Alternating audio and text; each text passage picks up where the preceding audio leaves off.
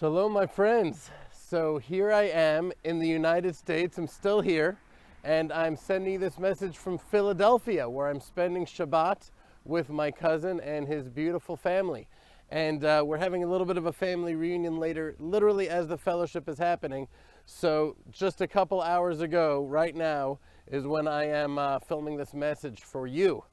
And so now that my trip here, Baruch Hashem, is winding to a close, I'm already starting to see the value in my coming here to America. Perhaps not the entire value, but a good part of it. And at least in my limited mind, it's so powerfully connected to Hanukkah. Because, Rav Shlomo Carlebach, he asks a question from the song that we sing every night after lighting the candles called Ma Oz Tzur. And we say the words, Umi notar kan kanim, Nase nesle shoshanim.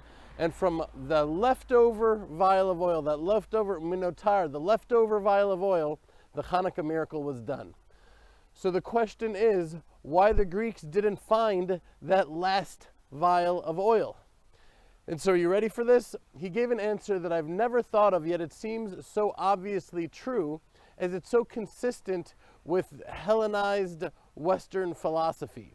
So the answer that Rav Shlomo shares is that the Greeks did see that last vial of oil, but they didn't care because they figured, what can be done with just one bottle of consecrated oil? That little bit, that little jar, it's just irrelevant. We can ignore it. They didn't know the Jewish secret of the world, that with one vial of oil, one last drop, we can illuminate the whole world. Greek thinking is that this world is quantitative. The bigger the army, the stronger you are. The more money you have, the richer you are, the more powerful you are. That more is better and less is worse.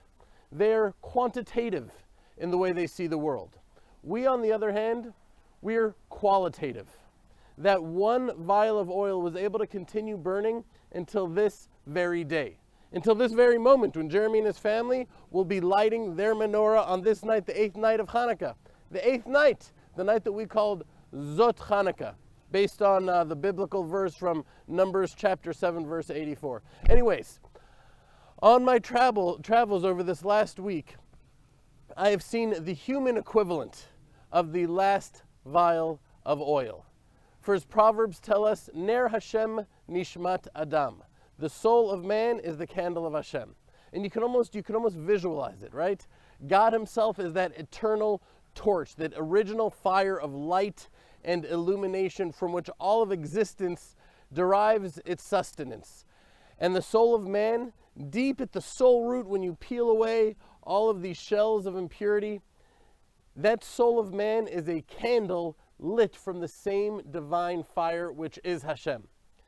And I'm telling you, I met people on this trip who gave me goosebumps. I almost literally had to wince when I looked at them. There was just so much light. And immediately I said, these are the remnants, the remnant vials of pure oil. That's what I felt like when I met these people. For example, I met Charlene Ferguson from our fellowship. Shayna got to meet her, and so did Dvash, and she gave Dvash a little teddy bear that she loves, but it was Dvash's nap time, so Shayna and Dvash didn't get to spend the precious time with Charlene that I did. They only got to hear about it afterwards every day until now. And unfortunately, Charlene's sister Wanda wasn't able to make the trip because of her back, but we're praying for her as well. But the inspiration I got from Charlene has stayed with me and fueled me since I saw her. And I heard her story of intellectual curiosity and spiritual thirst and intellectual honesty and heroic courage. It's not really my story to tell, so I'm not telling all the details now. But just her willingness to be different and to stand apart from her community and her friends and even her family, no matter what the cost. And I walked away not knowing how I would have been had I been Charlene. But I was definitely far from sure that I would have had her Abrahamic strength and courage. And another story I'll share with you, it was about my meeting with my holy friend Jack.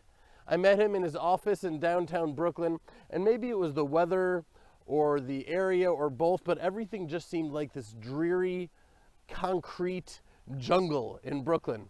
And as I sat with Jack in his office and saw his company that he built, and I asked him how he built it and the background story of the company.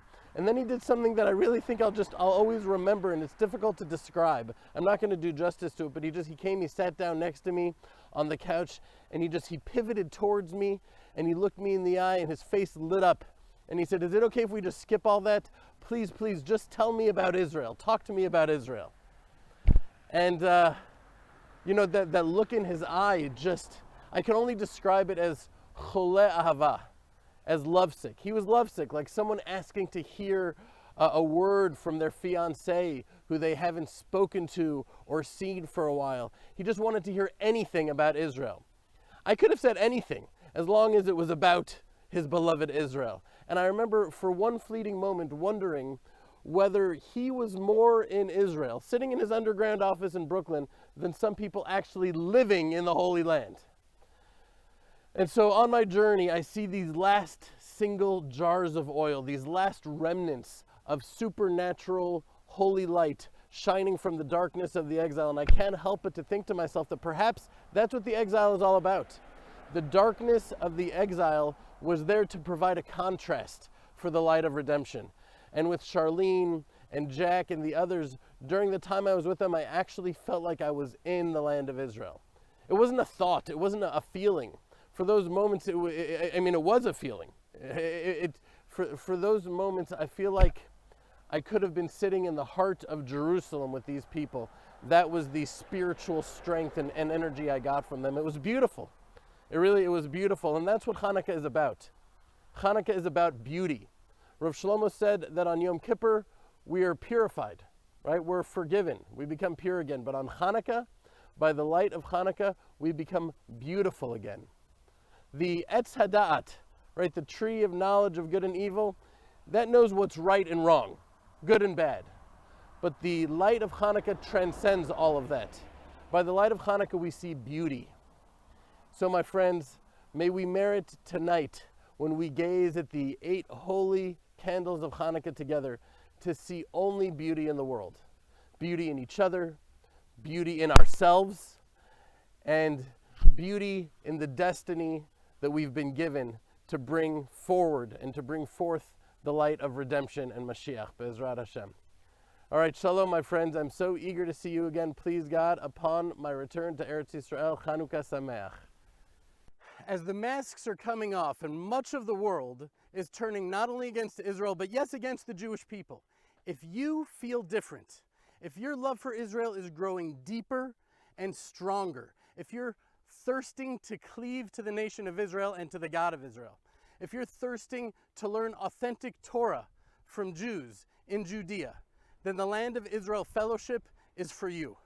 Hundreds of individuals and families from around the world come together on Zoom every week in what can only be described as a fellowship of love, friendship, of learning and praying and belonging. A fellowship really unlike any other. It's more than just a movement, it's a family. To learn more about the Land of Israel Fellowship, click on www.thelandofisrael.com/fellowship or send an email to fellowship@thelandofisrael.com. Love and blessings from Judea.